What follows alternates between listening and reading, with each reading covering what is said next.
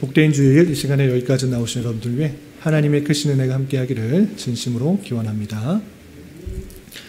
아울러 여러 가지 사정으로 영상으로 예배에 참여하는 모든 분들에게도 동일한 은혜가 있기를 기원합니다.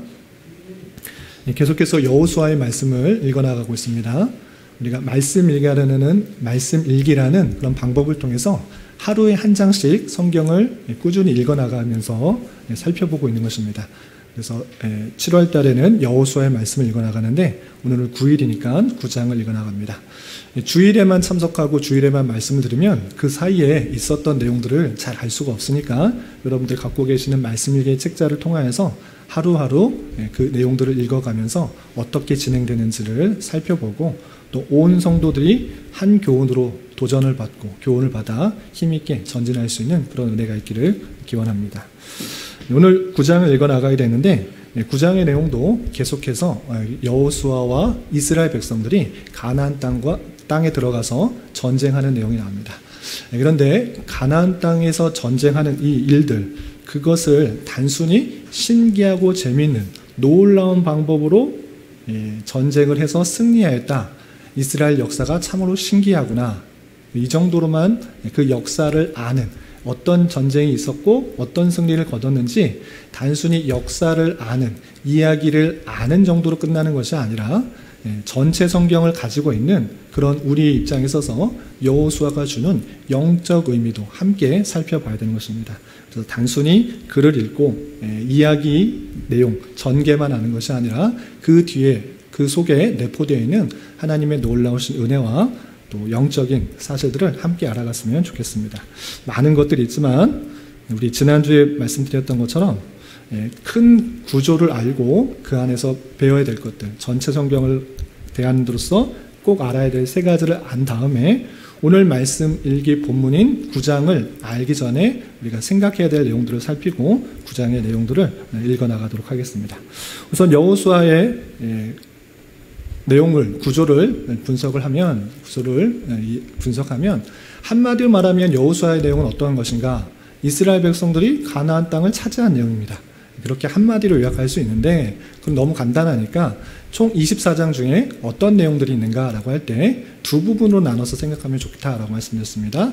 그래서 24장 중에 절반을 딱 떼어서 1장부터 12장까지는 이스라엘 백성들이 약속의 땅, 가나안 땅을 정복하는 내용, 그리고 13장부터 마지막 24장까지는 그 땅을 정복하고 분배하는 내용으로 되어 있다.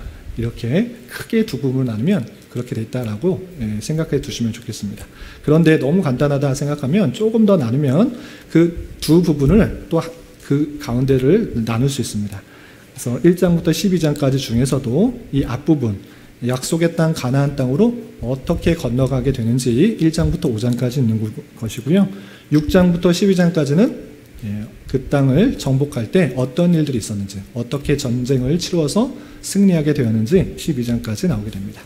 그리고 13장부터 21장까지는 땅을 정복한 이후에 그 땅을 어떻게 분배했는지 하나님의 말씀대로 제비뽑기를 통하여서 분배했다는 내용들이 21장까지 나오고, 그리고 중요한 것, 그냥 땅을 분배했다, 그것에 살았다라고 끝나는 것이 아니라 그 결말을 그 땅에서 사는 것에 목적이 있는 것이 아니라 그 땅에서 하나님을 온전히 순종하고 살아야 될 것을 알려준 다음에 맞춰지게 되어 있습니다.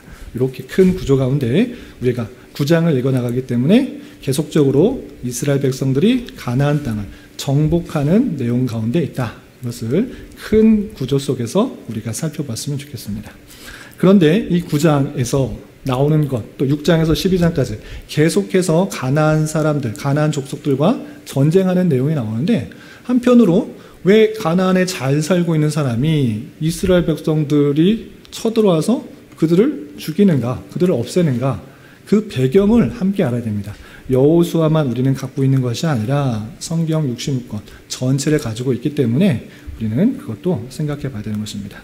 그 내용을 살펴보기 전에 우리 이 전체 성경을 대하는 성도로서 또 세 가지를 염두에 두며 여호수아를 읽어 주십사 했는데, 다시 한번 말씀드리면 가나안 땅의 입성은 하나님께서 창세기에 아브라함을 택하여 주시고 그에게 약속하신 것이 실현되고 있는 것을 보여주는 것을 알아야 될 것이고, 두 번째, 가나안 땅의 입성은 하나님께서 택하신 백성에게 주시는 안식의 모형이다, 이렇게 생각해야 될 것입니다.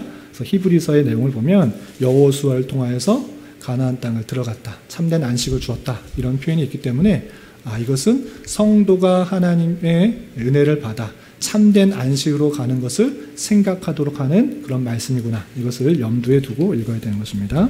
그리고 가나안 땅의 정복전쟁은 죄악에 대한 하나님의 심판이며 성도의 영적 전투의 모습이 어떠해야 되는지를 보여주는 그런 말씀으로 함께 읽어나가야 될 것입니다. 그러면 왜 가나안 땅의 정복전쟁이 죄악에 대한 하나님의 심판이라고 말할 수 있는가, 그 이유에 대해서 살펴보도록 하겠습니다. 계속해서 가나안 정복전쟁이 나오기 때문에 이 말씀을 함께 알아야지 이 이스라엘 백성들의 정복전쟁에 정당성이 주어지는 것입니다. 그 내용을 좀 살펴보겠습니다. 첫 번째, 가나안 정복전쟁 할 때 하나님께서 이스라엘 백성들에게 이렇게 말씀하셨습니다. 신명기 7장에도 말씀하셨고 20장에서도 반복해서 말씀하시고 여러 번 말씀하셨는데, 7장 1절 2절 말씀, 우리 앞에 스크린에 있는 내용들을 보시고 한번 같이 한번 읽어보겠습니다. 시작. 내 하나님 여호와께서 너를 인도하사 내가 가서 차지할 땅으로 들이시고 내 앞에서 여러 민족, 헷 족속과 기르가스 족속과 아모리 족속과 가나안 족속과 브리스 족속과 히위 족속과 여부스 족속, 곧 너보다 많고 힘이 센 7 족속을 쫓아내실 때에 내 하나님 여호와께서 그들을 내게 넘겨 내게 치게 하시리니 그때에는 너는 그들을 진멸할 것이라. 그들과 어떤 언약도 하지 말 것이며 그들을 불쌍히 여기지도 말 것이라. 하나님께서 이스라엘 백성들에게 출애굽한 이후에 또 새로운 세대들에게 다시 한번 알려줬습니다. 가나안 족속에 이런 족속들일 것이다. 헷 족속, 기르가스 족속, 아모리 족속, 가나안 족속, 브리스 족속, 히위 족속, 여부스 족속, 이런 7 족속이 있는데 그 족속이 너희보다 적은 것도 아니고 너희보다 힘이 부족한 건 아니다. 그런데 그렇게 강하고 힘이 센 그 민족인데 내가 너를 통하여서 그들을 진멸할 것이다, 이렇게 말씀하셨던 것입니다. 그리고 진멸할 것이기 때문에 그들과 어떤 약속도, 조약도, 언약도 맺지 말고 진멸할 때 불쌍히 여기지도 말라, 이렇게 하나님께서 말씀하신 것입니다. 그런데 왜 그랬는지 살피기 전에 이 족속들이 어디 있는지 잠깐 살펴보겠습니다. 우리 어린 친구들이 조금 지루해할까 봐 시각 자료를 계속 준비하고 있으니까 잘 집중해 주시기 바랍니다. 어린 친구들뿐만 아니라 우리 성경에 대해서 신앙생활을 오래 하지 않은 그런 분들도 이런 것들을 알아두시면 성경 읽는데 좋기 때문에 함께 잘 살펴주시기 바랍니다. 가나안 족속들이 있는데 전체 땅을 그냥 가나안 땅 이렇게 말합니다. 그래서 사해와 또 요단강 그 서편 쪽에 있는 넓은 지역을 전체를 그냥 가나안 땅이라고 하기도 하고, 또 가나안 족속도 거기에 크게 자리하고 있습니다. 7 족속들이 어디 있느냐? 아모리 족속이 밑에 좀 있고요. 헷 족속, 또 브리스 족속, 히위 족속. 히위 족속은 한 군데만 있는 것이 아니고 좀 떨어져 있는 그런 모습도 있습니다. 그리고 기르가스 족속이 좀 위쪽 북쪽 편에 좀 있고요. 여부스 족속이 예루살렘 근처에 또 있는 것을 볼 수 있습니다. 이렇게 가나안 족속 및 여러 과 함께 7 족속이 이쪽에 살고 있는데 이 족속들을 다 멸하라, 이렇게 말씀하신 것입니다. 그렇다면 그럼 가나안 족속에게만 말하는 것이 아니라 가나안 족속이 아닌 다른 민족에게도 그 전쟁할 때 어떻게 해야 되는지 알려주었던 것입니다. 그래서 신명기 20장 10절부터 15절까지 보시면 제가 그냥 읽겠습니다. 내가 어떤 성읍으로 나가서 치료할 때 전쟁의 방법을 알려준 것입니다. 그 성읍에 먼저 화평을 선언하라. 화평을 선언하는데 만약에 그들이 화평하기로, 내가 너희들과 싸우지 않겠습니다, 이렇게 말할 때는 그들에게 조공을 바치도록, 그리고 이스라엘 백성들을 섬기도록 그렇게 했던 것입니다. 그런데 화평하기를 거부한다고 하면 성읍을 에워싸서 전쟁을 하라, 이렇게 표현하고 있는 것입니다. 이 전쟁의 방법들 있을 때 모든 민족에게 모든 전쟁에서 이렇게 하라는 것이 아니라 내게서 멀리 떠난 성읍, 가나안 족속과의 전쟁이 아니라 가나안 족속이 아닌 먼데 사는 그런 족속과 그런 성읍과 전쟁할 때 그런 방식으로 취해서 화평을 청하고 화평을 거부하면 전쟁하고 화평하도록 하면 조공을 받기고 섬기도록 하는 그런 법을 정해줬던 것입니다. 그래서 모든 사람과 다 진멸하라 이것이 아니고 가나안 족속들 거기에 사는 7족속을 진멸하라 이렇게 말씀하신 것입니다. 그럼 왜 가나안 족속들 7족속들을 진멸하도록 했는가? 그 내용을 좀 살펴보면 첫 번째 세 가지 말씀을 찾아보면서 그들을 진멸하도록 하시는 이유를 설명하겠습니다. 첫 번째는 아브라함과의 언약에서 살펴볼 수 있습니다. 창세기 15장 16절에 보시면 하나님께서 아브라함을 택하시고 그에게 약속을 하시는데 어떤 약속을 하시는가? 그 약속 중에서 내 자손이 4대 만에 이 땅으로 돌아올 것이다. 그런데 왜 지금 주시지 않고 자손이 많게 되고 또 이 땅을 차지할 것인데 왜 지금 주시지 않습니까? 이렇게 생각할 수 있는데 그 이유도 친절하게 하나님께서 설명하신 것입니다. 그 이유는 아모리 족속의 죄악이 아직 가득 차지 아니하였다. 여기 살고 있는 사람이 아직 죄악이 가득 차지 않았다. 이제 후에는 그 죄악들이 가득하게 정말 죄악으로 너무나 넘치는 그런 일들이 있을 것이기 때문에 그때 진멸하는 그런 일로 차지하게 할 것이다 라고 하고 있는 것입니다. 그래서 이 말을 뒤집어서 생각해 보면 하나님께서 아모리 사람들의 죄악이 가득할 때까지 기다리시다가 심판의 방법으로 이스라엘 백성들을 사용하신다 이런 것들을 생각해 볼 수 있는 것입니다. 여기만 그렇게 표현되는 것이 아니라 신명기 12장 31절 보면 가나안에 사는 여러 족속들이 얼마나 부패하고 타락했는지 이렇게 표현하고 있습니다. 신명기 12장 31절 스크린에 나와 있으니까 같이 한번 읽어보도록 하겠습니다. 시작. 내 하나님 여호와께는 내가 그와 같이 행하지 못할 것이라. 그들은 여호와께서 꺼리시며 가증히 여기시는 일을 그들의 신들에게 행하여 심지어 자기들의 아들 불살라 그들의 신들에게 드렸느니라. 가나안 족속이 얼마나 부패했는지 그 종교의 그 모습 속에서 자기의 자녀들을 어떻게 불살라. 그게 정말 인간으로서 할 수 있는 일입니까? 할 수 없는 거죠. 도저히 생각할 수 없는 일인데 종교가 부패하고 타락하면 인간적으로 기본적인 생각도 어그러져서 장의의 자녀를 불살라서 신에게 바치는 일들이 있었던 것입니다. 그런 것들이 너무나 만연했기 때문에 하나님 보시기에 심판하고 그 모습들을 진노하시는 것입니다. 또 어떤 표현이 있는가? 한 구절만 더 보시면 레위기 18장 22절부터 25절까지 같이 한번 읽어보도록 하겠습니다. 시작. 너는 여자와 동침함 같이 남자와 동침하지 말라. 이는 가증한 일이니라. 너는 짐승과 교합하여 자기를 더럽히지 말며 여자는 짐승 앞에 서서 그것과 교잡하지 말라. 이는 문란한 일이니 너희는 이 모든 일로 스스로 더럽히지 말라.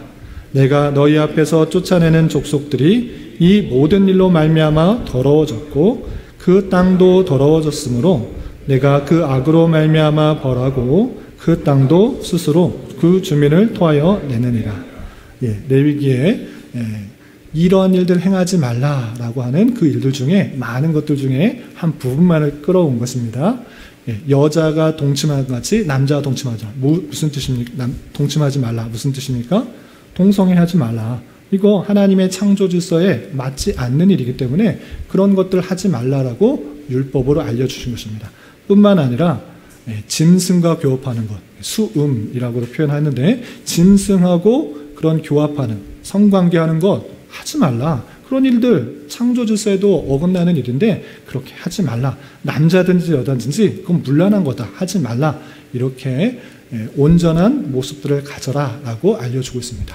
그런데 이것은 전혀 없는 일을 혹시나 할까봐 하지 말라라고 하는 것이 아니라 지금 너희들이 쫓아낼 가나안 족속들, 아모리 족속들, 네가 쫓아내려고 하는 그 족속들이 너무나 당연시하고 있는 모습이다.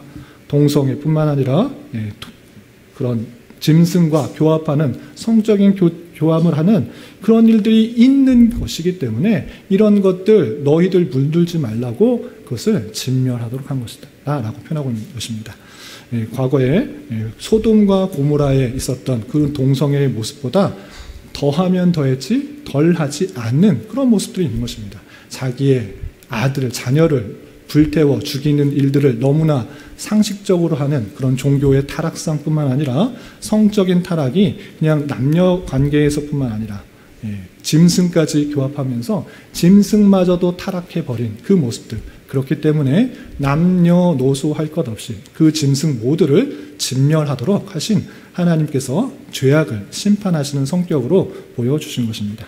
이렇게 하나님께서는 가나안 족속들을 이스라엘 백성들을 통하여 심판하는 그런 성격으로서 보여주고 있다는 것을 염두에 둬야 되는 것입니다. 다시 본론으로 돌아와서, 본문으로 돌아와서 우리가 가나안 전쟁을 하는 것에 있어서 잠깐 그림을 좀 살펴보도록 하겠습니다. 요단 동편 시딤에 모여서 정탐꾼을 보냈다가 정탐꾼이 돌아오는 것을 통해서 요단강을 건너게 되고 요단강에서 돌을 취하여 길갈에다 12돌을 세우고 기념하도록 했은 것입니다. 그리고 길갈에서 여리고로 가면서 첫 번째 가나안 정복전쟁을 합니다.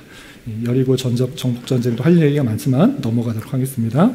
여리고 정복전쟁 이후에 두 번째로 전쟁한 것은 여리고 서편 쪽에 있는 멀지 않는 작은 아이성이라는 곳입니다. 여기서도 전쟁에서 할 얘기가 많지만 넘어가고 이 두 번째 전쟁을 치르게 됩니다.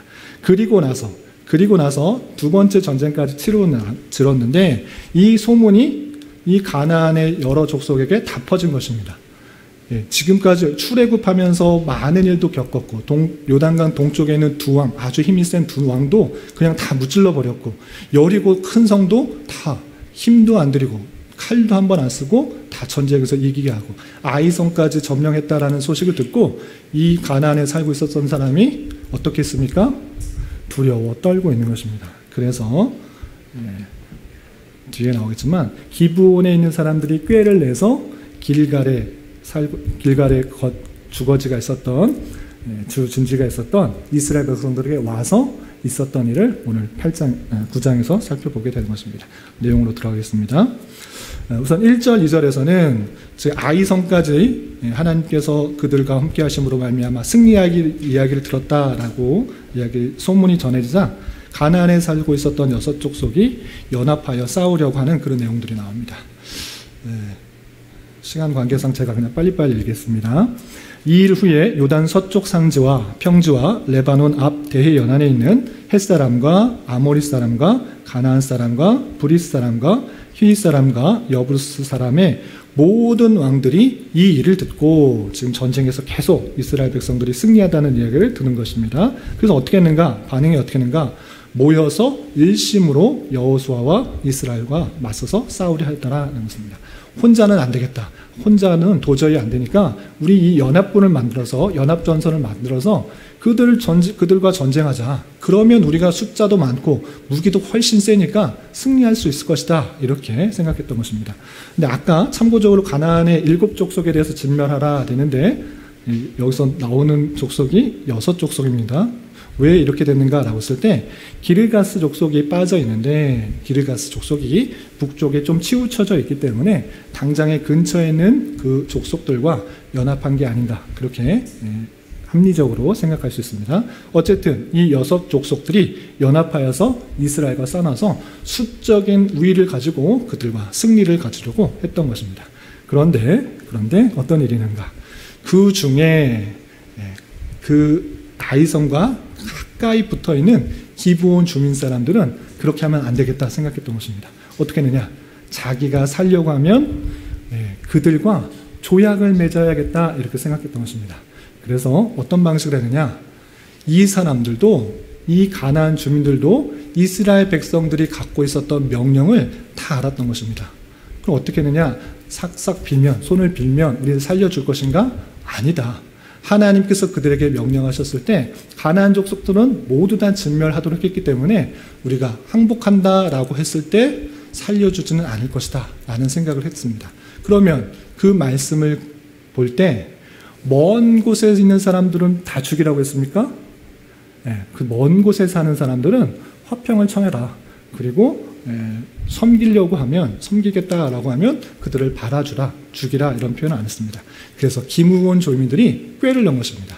아, 하나님께서 이스라엘 백성들에게 가나안 사람들을 진멸하라고 그랬지 먼 데 사람들 다 진멸하라고 안 했으니까 우리가 먼 데 사는 것처럼 해가지고 약속을, 조약을 맺으면 되겠구나, 이런 생각을 가졌던 것입니다. 그래서 어떻게 했느냐, 헤어진 전대, 가방, 헤어져서 찢어져서 기운 가죽, 포도주 부대, 그를 나귀에 싣고 신발도 낡은 신, 그리고 낡은 옷, 그리고 떡도 오래돼서 곰팡이가 난 그 떡을 가지고 마치 먼 데서 한참을 온 사람처럼 하고 이제 길갈 진영으로 간 것입니다.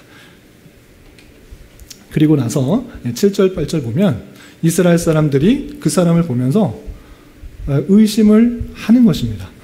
너희들 가까운 데 있는 거 아니냐, 너희들 가까운 데 사는 사람인데 그냥 먼 데서 온 것처럼 이렇게 조약을 맺으러 온 것이냐 아니냐, 이렇게 생각하는 것을 의심을 하게 됩니다. 그런데 여호수아에게 여호수아에게 이렇게 말합니다. 우리는 당신의 종들입니다. 우리는 당신에게 종들 데려갔습니다. 당신하고 어떻게 좀 평화하는 것이 아니라 종대로 왔습니다. 이렇게 자신을 누구를 드리면서 평화의 조력을 맺으려고 이렇게 말하게 됩니다. 그러자 여호수아는 그 사람들에게 너희는 누구며 어디서 왔냐고 묻게 됩니다. 그러자 그들은 자신이 꾀를 내면서 이렇게 말합니다. 우리는 정말 먼 나라에서 왔습니다. 그런데 멀리 있었는데도 불구하고 하나님께서 그들 백성들에게, 이스라엘 백성들, 당신의 백성들에게 어떠한 일들을 했는지 다 들었습니다. 애굽에서 10가지 재앙을 통해서 출애굽하였으며 또 요단 동쪽에 있는 두 힘 있는 왕들을 다 멸했던 것, 그리고 지금 여기까지 온 거 다 들었습니다. 그런데 우리는 먼 나라에서 왔으니까 우리가 당신들과 함께 하려면, 살려고 하면 당신들과 조약을 맺는 것이 좋다 생각하였기 때문에 거기 있는 주민들이 저희들을 파송해서 사신으로 보내서 조약을 맺도록 보낸 것입니다 라고 자신을 밝히게 됩니다. 그러자 계속적으로 의심하는 그 모습을 보이자 이 사람들이 자기가 준비했던 빵에도 곰팡이가 났고 또 가죽 부대, 포도주를 담은 가죽 부대도 낡은 것, 찢어진 것, 그리고 옷이나 행색들이 정말 허름하고 낡아진 그 모습을 통해서 보십시오. 이 모습이 바로 옆에 있는 곳에서 온 것입니까? 멀리 오다 보니까 그 양식들도 다 곰팡이 나고 옷도 헤어지고 신발도 헤어지고 다 이렇게 된 것입니다 라고 속이게 되는 것입니다.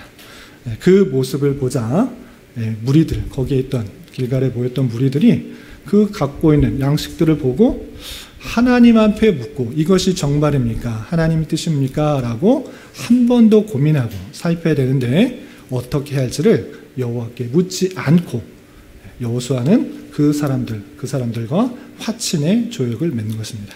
그리고 너희는 먼 곳에 사는 것이기 때문에, 먼 곳에 사는 주민들이기 때문에 너희 족속들을, 너희 주민들은 우리가 치지 않겠다, 절대 치지 않겠다라고 조약을 맺고 거기에 있는 회중의 족장들에게 맹세하여 이 사람들이 살고 있는 주민들을 절대 죽이지 않겠다라는 그 맹세를 하는 그 모습을 볼 수 있습니다. 그런데 이 속여서 조약을 맺었는데 그것이 들통이 났을까요? 안 났을까요? 들통이 나게 된 것입니다. 그 거짓 조약이 그 사람들이 멀리서 온 사람들이 아니라 근처에 사는 사람이었다는 것을 조금 있다가 알게 된 것입니다. 3일 후에 그 사람들이 그 이웃에 바로 근처에 살고 있었던 기브온 사람들이었다라는 것을 알게 된 것입니다. 그래서 그 사람들이 전쟁을 해서 그 기브온 사람들을 다 진멸하도록 해야 되는데 약속을 했기 때문에, 하나님 앞에 맹세하여서 절대 죽이지 않겠다라고 약속을 했기 때문에 그들을 치지 못한 것입니다. 그러므로 말미암아 회중들이 다 맹세하였던 족장들을 원망하면서 당신들이 하나님 앞에 물어보면서 이 사람들이 정말 먼 데서 왔는지 아닌지 확인하고 조약을 맺어야 되는데 갑작스럽게 그냥 묻지도 않고 조약을 맺었으니 우리가 하나님의 말씀을 순종하지 못하게 됐습니다. 2번 이렇게 어기는 것은 도저히 할 수 없으니까 우리는 어떻게 해야 됩니까? 라고 족장들을 원망했던 것입니다. 그러자 이스라엘 백성들은 하나님께서 맹세 때문에 그들을 건너리지 못한 것이 또다시 어김으로 말미암아 하나님한테 맹세했던 것을 어기면 또 진노를 임하게 될 것 같아서 그들을 맹세한 대로, 하나님께 맹세한 대로 살리게 되는 것입니다. 그런데 그들이 종으로 삼겠다, 우리 종이 되겠다라고 말한 것처럼 그들을 정말 종으로 삼았던 것입니다. 그래서 그들을 온 회중을 위하여서 나무를 패며 물 짓는 자가 되도록 종으로 삼았다는 내용이 21절까지 나옵니다. 그리고 너희들이 속였으니까 우리들의 종이 되라. 그리고 너희들이 종이 되겠다고 말했으니까 너희들은 죽지 않으려면 너희는 종이 되어야 된다라고 말하자 그 기브온 주민들은 그 명령들을 그대로 따르겠다라고 다짐하게 됩니다. 그리고 그 고백과 그 다짐과 그 내용들은 그때 당시 그 대에만 종으로 삼은 것이 아니라 계속적으로 하나님의 전에서 수종드는 일, 종의 역할들을 돕는 일들을 계속적으로 하는 내용을 볼 수 있습니다. 그 내용이 9장의 내용으로 맞춰지게 됩니다. 여기까지가 빠르게 제가 설명해 드렸는데 이 내용을 통해서 우리는 3가지 교훈을 받았으면 좋겠습니다. 첫 번째, 기브온 조민들은 살기 위하여 어떤 방법을 취해야 했는가를 잘 생각해 봤으면 좋겠습니다. 그 이스라엘 백성들 계속적으로 승전하고 많은 군대들, 많은 힘 있는 그런 왕들을 물리치고 또 여리고성도 물리치고 자기의 코앞까지 닥쳐온 사람들이 이제 기브온 주민은 살 방법은 이것밖에 없다라고 생각하여서 꾀를 내어서 자신들이 먼 곳에서, 먼 나라에서 온 것처럼 속이고 그들에게 약조를 해서 살아났던 그 모습을 볼 수 있는 것입니다. 이 모습을 통해서 우리는 생각해야 될 것은 무엇인가라고 하면 그들이 살아날 길이 오직 그들과 먼 곳에 왔다라는 이유로 약조를 하는 방법밖에 없었습니다. 힘으로도 안 되고 능력으로도 안 되고 그냥 항복을 하는 선언조차도 될 수 없는 것입니다. 그들이 살 수 있는 방법은 오직 하나님의 말씀에 근거하여서 먼 곳에서 왔다라는 이유를 통해서 약조를 맺어서 살 수 있었던 그 모습을 우리는 살펴볼 수가 있는 것입니다. 이 말씀을 통해서 우리가 생각할 수 있는 것은 하나님의 심판을 피할 수 있는 방법이 무엇인가를 잘 생각해 봐야 될 것입니다. 모든 사람은 한 번 죽는 것이고 그 후에는 하나님의 심판이 있는 것입니다. 하나님의 말씀대로 살아가지 않은 그 인생에 있어서는 하나님의 심판과 영원한 저주가 선언되고 있다는 사실을 알고 그리고 우리가 살아나야 될 길은 우리가 살 수 있는 오직 한 길은 하나님께서 주신 방법 그 방법으로 살아갈 수 있는 것인데 그것은 다름 아니라 예수 그리스도의 보혈의 은혜를 통해서만 구원받을 수 있다는 사실들을 함께 생각할 수 있는 것입니다. 단순히 기브온 주민이 속여서 살아났다 이 정도로 아는 지식으로 끝나는 것이 아니라 성경 전체에서 하나님께서 죄악에 대해서 어떻게 생각하시는가 그리고 그것을 구원할 방법들을 어떻게 말씀하시는가를 함께 더 넓게 생각해야 될 것입니다. 하나님의 진노를 받아야 마땅한 그 죄인들, 그 죄인임에도 불구하고 그 중에서 하나님의 택하신 백성을 위해서 하나님께서는 살아날 기회를 주셨다는 사실을 잊지 말아야 할 것입니다. 그 방법은 다름 아니라 예수 그리스도인 것입니다. 사도행전 4장 12절에 다른 이로서는 구원을 받을 수 없나니 천하 다른 사람 중에 구원을 받을 만한 다른 이름을 우리에게 주신 일이 없음이라 하였더라 라고 표현하고 있고 요한복음 14장 6절에서도 예수님께서 제자들에게 내가 곧 길이요 진리요 생명이니 나로 말미암지 않고는 아버지께로 올 자가 없다라고 분명히 말씀해 주셨던 것입니다. 기브온 주민이 살기 위해서 유일한 길을 택했던 것처럼 우리 또한 하나님의 진노를 피할 유일한 방법이 오직 예수 그리스도시다라는 것들을 잊지 말아야 할 것입니다. 우리의 힘, 우리의 능력, 우리의 열심, 우리의 선 어떤 것도 행할 수가 없고 어떤 것도 구원을 받을 수 있는 것이 아니라 오직 예수 그리스도께서 우리의 죄를 담당하시고 십자가에 달려 돌아간 그 사실, 그 사건들을 믿음으로 구원을 얻고 생명을 얻을 수 있다는 사실들을 잊지 말아야 될 것입니다.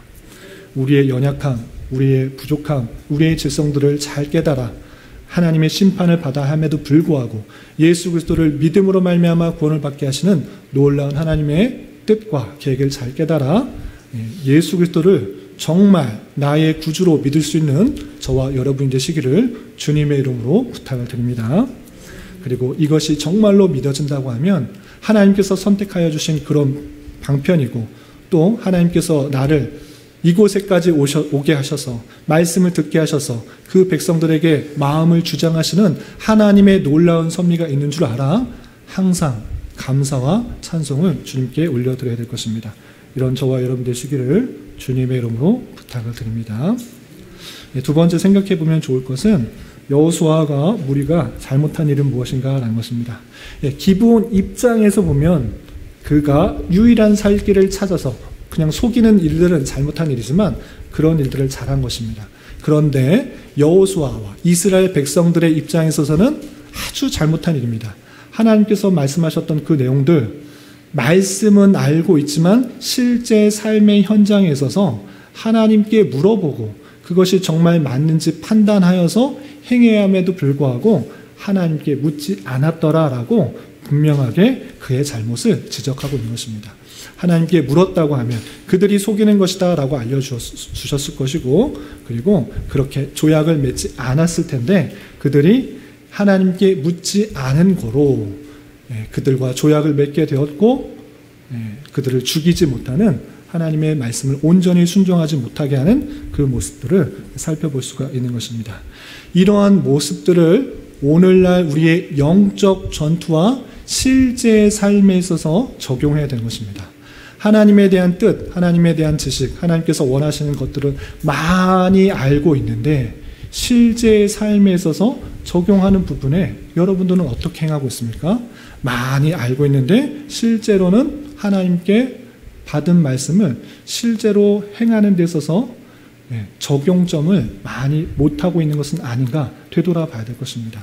어떤 일을 결정하고 어떤 일들을 행하는 데 있어서 정말 하나님께 묻고 하나님의 뜻이 맞는지를 확인하는 절차가 없다고 하면 지식으로만 아는 그냥 머리만 큰 기독교인이 되고 율법주의자가 될 수 있다는 사실들을 상당히 조심해야 되는 것입니다.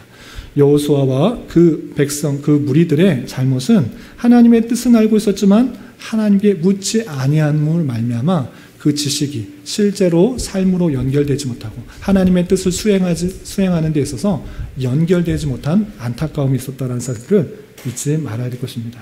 그렇기 때문에 우리는 우리의 주어진 삶에 있어서 또한 영적 전투 가운데 있어서 어떠한 삶을 살아가야 되냐? 하나님의 뜻을 먼저 잘 알아야 됩니다. 하나님께서 우리에게 어떤 명령을 하셨는지 무엇을 원하시는지를 잘 아는 것이 선행되어야 됩니다. 그것을 아는 것이 먼저이고 그리고 그 뜻을 각자의 삶에 있어서 적용하는 데 있어서 어떻게 적용해야 될지 하나님께 묻는 것, 하나님께 나아가는 것, 하나님께 이것을 내어놓고 어떻게 결정해야 되는지를 나아가는 것, 그것이 우리의 삶으로 이어져야 된다는 것입니다. 많은 경우 저와 여러분이 성경에 대한 지식, 교리에 대한 지식, 어떻게 살아야 되는지는 잘 알지만 실제로 삶에 있어서는 내 뜻과 내 원함과 내 욕심에 따라 단순히 눈에 보이는 그 일들에 있어서 결정하고 있지는 않은지 되돌아봐야 될 것입니다. 정말 하나님께 기도로 나아가서 어떻게 해야 되는지 묻고 있습니까? 아니면 내가 원하는 것, 내가 필요한 것, 내게 유익이 되는 것 다 결정해 놓고 하나님의 뜻을 그냥 묻지도 않고 다 결정해 놓고 그렇게 나아가고 있지는 않습니까? 정말 여러분들이 결정한 그 일들이 하나님께 물어서 하나님께서 원하시기 때문에 하는 일입니까? 아니면 내 뜻과 내 욕망과 내 유익을 위해서 결정해 놓고 하나님께서 그 뜻을 따르도록 그냥 간구하고 있는 것인지 되돌아봐야 될 것입니다. 우리의 삶의 걸음걸음 그리고 영적 전투 모든 것 가운데 하나님께 묻고 그 뜻이 무엇인지를 깨닫고 그 뜻대로 행하는 그러한 삶을 살아가야 되는 것입니다. 그런데 오늘 여기서 오늘날 그 적용점을 어떻게 생각해야 되느냐? 구약 시대에는 다양한 방편으로 하나님께서 계시를 나타나시고 꿈으로도 나타나시고 희한한 방법으로 말씀하시고 나타나시기도 하셨습니다. 음성도 들려주시기도 하셨습니다. 그러나 오늘날에 있어서는 다양한 미혹들이 있을 것으로 하나님께서는 아시기 때문에 이미 기록된 하나님의 뜻을 성경을 통하여서 다 알려주셨기 때문에 우리는 말씀을 통해서 하나님께서 원하시는 것들을 충분히 그리고 분명히 깨달을 수 있는 것입니다. 하나님의 뜻을 분명히 알려면 그냥 기도원에 가서 하나님 주십시오 주십시오 하고 신비한 음성을 들으려고 하는 것이 아니라 내가 너희에게 하고자 하는 말 다 주었다. 그러니 성경을 통해서 우리가 하나님께서 원하시는 것들을 잘 깨달아 알아야 될 것이고 하나님께 묻는 방법은 무엇이냐라고 할 때 기도의 방법입니다. 하나님께서 무엇을 원하십니까? 하나님께서 내게 원하시는 것들이 무엇입니까? 이 일들을 어떻게 해야 됩니까? 라고 할 때 기도하는 방법을 통해서 하나님께 물어야 될 것이고 또 신비한 음성을 들으려고 하기보다는 그 마음들 가운데 하나님께서 주신 말씀을 부지런히 살펴 그 말씀의 기준을 하여 일반적으로 교훈될 수 있는 그런 것을 연관하여 생각하여 행동하고 판단하는 그런 삶을 살아야 될 것입니다. 우리는 그러기 위해서 하나님을 끊임없이 묻고 또 그 말씀대로 살아가기 위해 쉬지 말고 기도해야 될 것이고 또 주신 말씀을 통해 하나님의 뜻과 하나님께서 원하시는 계획과 하나님께서 원하시는 삶의 모습을 알아야 될 것이고 그 말씀대로 순종하는 삶을 살아야 될 것입니다. 그런 저와 여러분이 되시기를 주님의 이름으로 부탁을 드립니다. 마지막으로 기브온 주민이 어떤 자가 되었는가 생각해 봤으면 좋겠습니다. 기브온 주민은 살 길은 오직 속이는 길밖에 없다 생각하여서 자신들이 누구인지 정체가 발각됐지만 그것을 두려워하지 않았습니다. 우리 그냥 종 되겠습니다. 우리 끝까지 종 되겠습니다. 라고 해서 그들의 종이 되었습니다. 그런데 아까도 잠깐 말씀드린 것처럼 그냥 여호수아 때만 종들이 되었고 그 후에는 나는 너희들 이스라엘 족속에 왜 종이 돼? 우리는 힘 길러서 그냥 우리끼리 살 거야. 이렇게 한 것이 아니라 그 대를 이어서 오고 오는 세대 가운데 계속적으로 종이 되었던 것입니다. 심지어는 어떤 때까지 종이 되었는가? 이스라엘 백성들이 범죄함으로 말미암아 포로로 갔습니다. 포로로 가서 나라도 망하고 포로로 끌려갔는데 포로에서 되돌아왔다고 하면 이제 신분 상승해서 신분 개척해서 종의 모습이 아니라 이제 우리는 떳떳하게 너희들과 똑같은 시민이 될 것이다. 너희들 우리를 종처럼 생각하지 마라. 이렇게 해야 될 것 같은데 그들은 어떻게 했을까요? 포로에서 되돌아왔으면서도 불구하고 우리는 여호와의 전을 섬기는 일이 기쁩니다. 우리는 그 일들을 계속 감당하겠습니다. 라고 해서 포로로 데려와서 계속적으로 종의 모습을 보이는 느디님 사람이 되었던 것입니다. 그 모습을 통해서 우리는 강한 도전을 받아야 할 것입니다. 우리의 생명, 우리의 영혼, 우리의 힘으로, 우리의 능력으로 구원받은 것이 아니라 오직 하나님의 은혜로 생명을 주셨고 새 생명을 사는 거저받은 인생인 것을 기억하여서 내가 원하는 대로 내 욕심을 이루는 대로 살아가는 것이 아니라 다시 받은 인생, 다시 주어진 기회, 그것을 하나님을 위해, 하나님의 공동체를 위해 사용하는 그런 삶을 살아가야 되는 것입니다. 내 유익과 내 만족을 위해서 살아가는 것이 아니라 나 받은 인생은 하나님께서 거저주신 인생으로 알아. 하나님께서 원하시는 일이라면 크고 작은 일인지는 상관없이 여호와의 전에서 수종 드는 일, 나무 패며 물 깃는 일, 그것을 평생 할지라도 대대손이 그 일들을 할지라도 나는 생명을 살았다. 나는 구원받았다. 이 생각으로 계속적으로 살아갈 수 있는 것입니다. 우리 또한 우리의 힘으로 구원받은 것이 아니라 하나님의 놀라운 은혜로 새로운 생명을 받은 줄 알아. 우리에게 주어진 일, 그 일을 충성되게 최선을 다해 잘 감당해야 될 것입니다. 다시 한번 말씀드리지만 교회 안에서는 크고 작은 일, 높은 일, 어떤 일이 크고 어떤 일이 작은 일, 이것이 없는 것입니다. 내게 주어진 일에 충성하는 것이 주어지는 것입니다. 보이지 않은 일을 할지라도, 아주 작아 보는 일을 할지라도 하나님께서 그것을 감당하게 시켰다고 하면 그 일들을 최선을 다함으로 충성되이 감당함으로 말미암아 여러 가지 일들이 교회가 든든히 세워질 수 있는 것입니다. 목사만 큰 일을 한 것이고 아주 낮은 자리에서 청소하는 일은 작은 일이다, 그런 것 없는 것입니다. 하나님께서 각자에게 주시는 은혜와 섬길 수 있는 그런 은혜들과 달란트를 각각 주셔서 주님의 몸된 교회로서 작은 일들을 감당함으로 하나의 유기체적인 모습으로 잘 성장할 수 있도록 하시는 그 모습을 잘 생각해야 될 것입니다. 우리는 우리의 생명을 하나님께서 은혜로 주신 줄 알아 주님의 공동체 안에서 크고 작은 여러 가지 일들이 맡겨지게 될 때 기쁨으로 잘 감당하여서 그리스도의 몸을 든든히 세워가는 역할들을 잘 감당해야 될 것입니다. 이런 은혜가 저와 여러분들 가운데 함께하기를 진심으로 기원합니다. 기도하겠습니다.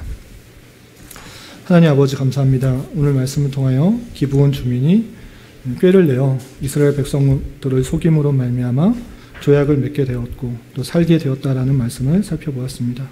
이런 말씀을 대하는 자로서 오직 주님께 자복하고 나아가는 것만이 우리가 살 길이요 심판을 면하게 되는 길임을 잊지 말고 오직 우리의 중보자 되시는 예수 그리스도를 믿음으로 나아가는 자 되게 하여 주시고 우리에게 주어진 삶의 모든 자리에서 주님께서 원하시는 것들이 무엇인지를 잘 깨닫고 그대로 행하기에 더욱 힘쓰는 자 되게 하여 주시며 은혜로 주어진 인생인 줄 알아 주님의 나라와 공동체를 위하여 각자에게 맡겨진 일들을 기쁨으로 충성되이 잘 감당하며 살아갈 수 있도록 인도하여 주시옵소서.